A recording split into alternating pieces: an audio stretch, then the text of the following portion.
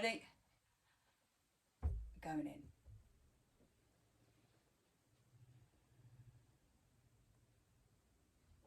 Here we go. We're live.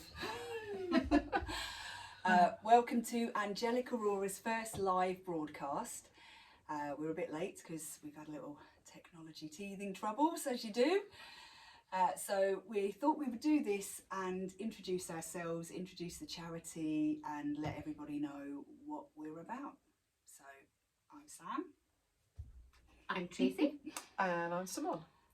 And we collectively run Angelic Aurora End of Life Charity Foundation, which is growing, isn't it? It's ongoing. Our mission is to bring awareness to the subject of death and dying whilst providing holistic therapies, supportive space. What else? Death cafes. Yeah. Grief cafes. Yeah, we run death and grief cafes. So what's the difference between them? What did we do? We sort of made it up, didn't we? so with the deaf, it's more for an older generation, although that's not stopping youngsters. But with the grief, it was more for a younger generation, which was then able to have a free space to talk without all the legal side of things. So it gives them a comfortable space. Mm-hmm. But with the adults, it could be more stuff from paperwork and all of that side of things. Talking about wills, advanced care planning. Yeah. We run the death cafes. There's no set agenda to them, and we kind of run them once every 2 or 3 months out of the Bedford Spiritualist Church, which has been a really lovely supportive Nice space, setting. isn't it? Yeah, comfortable setting. And yeah, we just have anywhere between 10 and 15 people turn up, and you can just come and sit and eat cake and drink coffee and just talk about all things to do with death and dying. For me, I think it's important. One of my passions about what we do is to empower people to know their choices around how they die. I think how we die is really important to me. I don't know, how does that... Yeah, I feel feel that's important. I think it's having seen options that you didn't realise that exist, to be quite honest. So I think it's an eye-opener, and that's been an eye-opener for me, that it's not just the route of either going to hospital, although hospital is for some people, but it's the fact that there is other options out there. So for me, it's been quite an eye-opener. Because I think we found that doing this work, nobody wants to talk about death, and it is one of these things that we're maybe drawn to. It's like, I'm going to say a vocation, is it? But you're either drawn to working in the death industry or you're not, and there's many different levels of that. Like, I've got friends who are funeral celebrants who say they couldn't sit with people at end of life, but we're all going to die, and we're all going to know somebody who dies. It's that one certainty in life, isn't it? And I mean, Simone and I worked as butterfly volunteers, and so we sat with many people at end of life. Tracy, you've sat with did you sit with My mum at end of life, when she was in the hospital. But again, my sister-in-law was a nurse, so she actually had like the medical sort of knowledge. So, knowing when the time was coming, you just panic. So I think when I did Sam's end of life course, it actually empowered me into knowing what to look out for, because I think that's the big thing that a lot of people, it's the fear of the unknown, and I think having some knowledge about it actually makes you a bit more calm about it, and actually, because it isn't about you, it's about the person that's dying. So it's getting out of your fears, etc., and empowering, and it being about the person that's dying. I think that's part of what we try to explain about letting people understand that death is a process, very much like birthing. Giving birth, we say, is messy and complicated and painful, and can be really beautiful, but can be really scary and horrible. But if you know what to expect, it's less of those scary things. And so, yeah, we provide lots of information. We've got a booklet that we're going to actually put on our website, aren't we, that Yes. people can have access to as a PDF, that explains the processes of dying.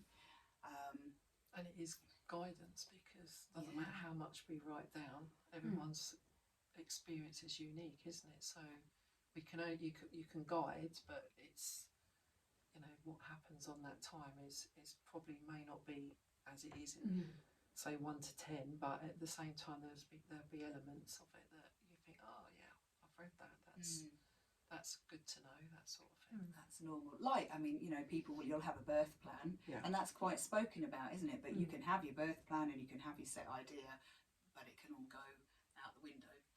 And exactly the same with death. But at least to have an idea to face it. We hear, don't we, so many times people will say, no, not going to talk about that, like it's not going to happen. But as we say a lot, talking about death is not going to kill you. It's actually going to help you live life fuller, knowing that you've helped your relatives plan for your death or talk about your death. And you know, we make it, I didn't bring them with me, we've got these grave talk cards that are the underpinning of our death cafes, aren't they? We don't actually do anything other than we turn up and set out a few pretty things, and the lovely people at the Spiritualist Church provide the cake, and then we hand out the death what are they? Grave talk. Grave talk cards. Yeah. And Just gets the ball rolling. yeah, they're doesn't just it? questions So- that initiate conversations, and then those conversations lead on to other things wherever it's meant to go. And the majority of the time we don't get through everybody, because you've talked about something for so long, and before you know it 1 o'clock is here, and that's it. Yeah, it's about 2 hours. But I think if anybody's even slightly curious about this work, attending a death cafe, whether it's ours, whether it's an online one, whether it's one somewhere else in the country, they run them everywhere, just go and see what it's about, because it'll be different every time as well, won't it? And then we also aim, as part of our charity, and we're building up to this, so we're a very new charity, and we're hoping to get funding to have volunteers that we can then send out to people's homes. Yeah, we'll get funding. So we can send out to people's homes and give them complementary therapies while they're at end of life. Because a lot of people think that it's just about pampering, isn't it? Feeling nice and coming to a spa. But actually having something like reflexology or Reiki can really help take the fear away. It can help alleviate pain and nausea and just support people wherever they're at. I think that it's the support, isn't it? Because also to try and get through to people, sometimes you may be feeling absolutely rubbish. You might have had chemo, or you know, as you're on your end stages, whatever the case may be, and we are there to support. And if you just let that bit in, you're kind of quite surprised just how beneficial it is for you, isn't it? Despite the fact that actually at that moment in time you might be feeling absolutely rubbish. And that's coming in from obviously if someone's with an illness before they've got to that stage as well. So that's what we're kind of highlighting as well, isn't it? Yeah, I mean that's the term palliative, isn't it? A lot of people hear palliative and they go in and they're frightened of going into hospices because they think that's the end. But we've learned doing this, even only recently, haven't we, that people can be at end of life for years before they're actually actively dying. And I think understanding that difference, and like we say, until you're actually lying in your bed and cannot move and get out, and then you're alive and you're living. But you can still be at end of life and plan for that. And there's so many ways of planning, isn't there? I mean, you know, again, planning, we talk about this a lot in the death cafes. For example, you know, do your loved ones know what you want done with your Facebook account?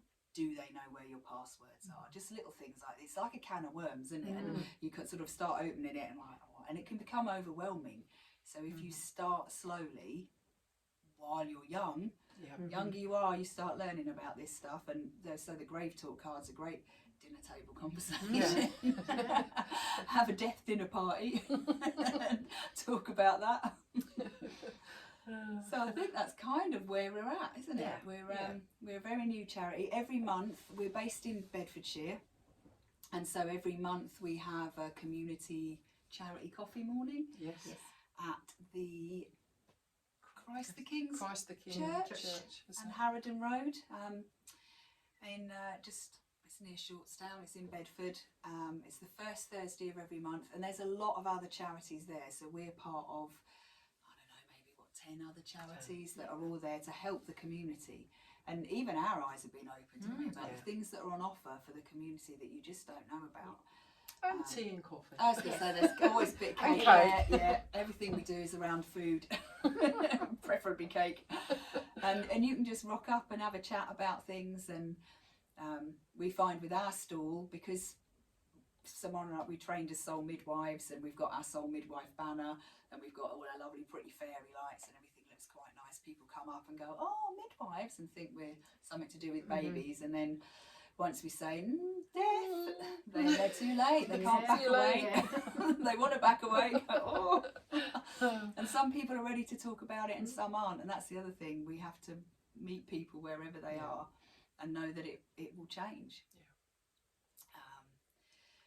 So we do the death cafes, we do the community charity thing. We're hoping to send. We've got a few volunteers under our belt, and we have a wellbeing day. So we've had one. And we hope to have maybe another wellbeing day where we'll run it a bit more like a retreat. Again, this is evolving. We'll run it a bit like a retreat, so it will be a contained space. We'll have, some therapists there that will be offering, everything will be free, paid for by the charity. A little death cafe, maybe finished with a meditation or something. And we found the wellbeing day wasn't for people who were palliative or at end of life. It was for, there's something bleeping away, and Tracy's going, "What the hell is that?" That's the thing when you go live. There's no going back. It was people who were grieving, and that's what we found when we went to one of the doctors at the community charity day and said, bereavement counselling will work so far, but sometimes people don't want to go to an actual counsellor. They just want to be in a space where they're with other people who know what they've been going through. And that's what we find our spaces do, isn't it? And even when it comes to having the complementary therapies, people might just want to talk. You don't actually have to have a treatment. Just to sit with someone who isn't family, who isn't connected, and we can go through and make a death plan, or talk about, there's lots of things we can do when somebody's facing the end of life. It's like, how do I leave memories for my family and grandchildren? And we have all this technology at our fingertips. We can sort of explain to people how they can use it to create memories. So that's a little bit about what we do. I have no idea if anybody's looking because I can't actually see. Don't know. No, can't tell if anybody's watching, but the video will go up on the page. Never to be viewed out by us, but hopefully we'll get some feedback from everybody, and let us know if you've been to a death cafe. Let us know if you'd like to come to one of ours. I think our next one is... because we were going to go with the Spiritualist Church. They're having a wellbeing day, aren't they? On the... in May. May time, isn't it? 12th.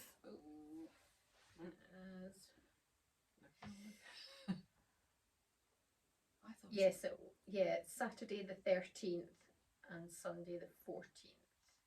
Oh, okay. So it's on one of those days. It's a Saturday. So we're on it's the Saturday, 13th of May. 13th of May, yeah. And so that's our death cafe. We'll be upstairs, but the Bedford Spiritualist Church is holding a wellbeing day. So I think there'll be crystal stools there and readings and all sorts. So pop in because that's all free, and obviously there will be plenty of refreshments and cake, and death isn't, this is going to sound really weird, death isn't necessarily all about doom and gloom. As you can see, we're quite a jolly bunch. And you've got to have that sounds bad as well, you've got to have a laugh when you do these things. Sense of humour. Yes, you've got to have a sense of humour when you're dealing with death. That's us. I think we'll leave it there, shall we? Yes. All right. Thank you. Let's end it. Thanks for watching.